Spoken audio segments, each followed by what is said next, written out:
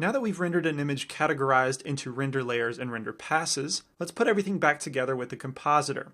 I'm going to jump over to the node editor where compositing is one of the contexts. Here I'm actually in material nodes, but the second button is for compositing. After enabling compositing, I'm going to immediately choose use nodes.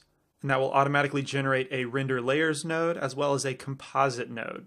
Render layers containing the information we just rendered, and composite being the output for our compositing network. Now, in order to see the result from our composition, I want to add another node, and that's a viewer node. So Shift A in the output section, viewer, or since I'm using the Node Wrangler add-on, I can simply Shift Control click on the render layers node, or whatever node I want to plug into a viewer node.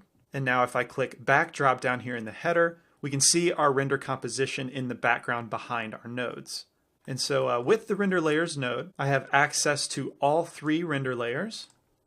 And you'll notice when I go back to the orb, all of these sockets correlate to the passes I chose to render. And again, with the Node Wranglers add-on, I can Shift Control click on this node, each time cycling through to the next pass or the next socket. And so in this lesson, I simply want to combine all of my render layers back together. And since I have three of them, let's switch to the first layer, which will be the backdrop. Then duplicate this node with Shift D, move it down, change that one to other objects, Shift D one more time, and this one will be the orb render layer. And now to simply place our other objects render layer over top of the backdrop, I have a couple options in the color section. Mix will do this, as well as alpha over. And for this particular situation, I like alpha over better. I can slide that into the middle of the noodle. It'll turn orange. If I click now, we can see the backdrop layer is plugged into socket number 1. And then socket number 2 is placed directly over top based on its alpha channel.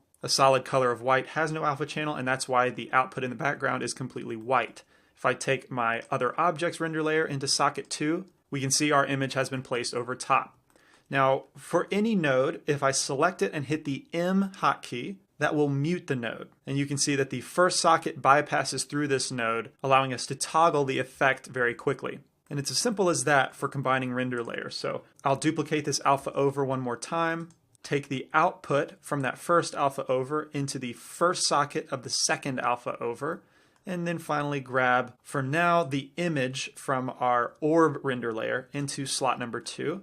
Shift Control click to plug it into the viewer, and now all of our render layers are combined into the render result that we had before we separated it into render layers. However, the big advantage with this is, let's say I simply wanted to change the backdrop color without affecting anything else in the scene. I can do that by only adjusting this render layers node. So I'll hit Shift A into the color section. Let's add a hue, saturation, and value, and then place that in the noodle connected with the alpha over. So now if I drag down the value, we can darken the color of our backdrop, not affecting anything else. We can also brighten it. We can do whatever we want to this layer without it affecting any of our other components. Also, we've made that change without waiting for an actual 3D render. Though admittedly changing the backdrop color is not that significant, but in the next lesson I'll show you how to recombine our passes together, which will demonstrate the more significant power of compositing.